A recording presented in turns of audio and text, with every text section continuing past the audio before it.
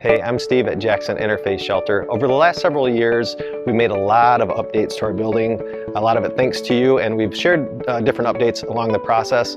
And right now I'm standing in our kids' playground, which was actually where all of the renovations started. And so this area, just over 4 years ago, was basically kind of a grass and dirt pit, and there was no place for our families to go out and safely play.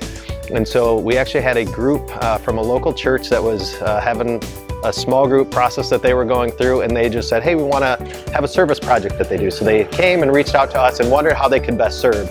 They were open to serving in any way, whether that was just serving a meal or doing something else. And through the process about learning more about what we do, they were really struck by the fact that there was no place for the kids to safely be that were staying at the shelter, sometimes for several months. And so they decided to start a GoFundMe, raised a bunch of support, and kick-started the process so that we could make this beautiful space for families now. And then the talents within their group were fantastic. So there were engineers, and there was even an interior designer that actually helped to design the space. And so from this kind of just small act of somebody who's just wanting to figure out how do I get involved, we're able to kickstart a process of transforming the whole space that's just brought a whole different level of dignity and hope to people that are staying here. Since the summer of 2020, we have been able to update nearly every space inside and outside of the shelter. The resource room went from a former kids space turned storage area to a room where clients can attend classes and adults can rest, recharge, and productively work toward their goals. Next came our biggest project, the entryway and auditorium renovation. Over $200,000 was raised to turn the main living space in the shelter into an open, inviting, and welcoming place to be. We serve over 70,000 meals a year out of the auditorium, and we wanted it to be a room that felt hopeful and dignified. Since then, we have updated the men's restroom, the dorms received new flooring and windows, laundry facilities received much needed expansion and upgrades, and thanks to a grant from the Michigan Department of Health and Human Services, we were able to completely update our roof with metal shingles.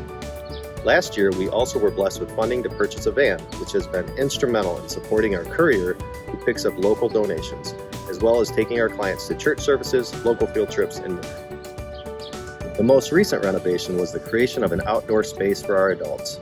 Similar to the playground, we were able to turn a rundown and unsecured area into a beautiful, safe outdoor space where clients can soak up sunshine, play a game of cornhole, and enjoy time outside.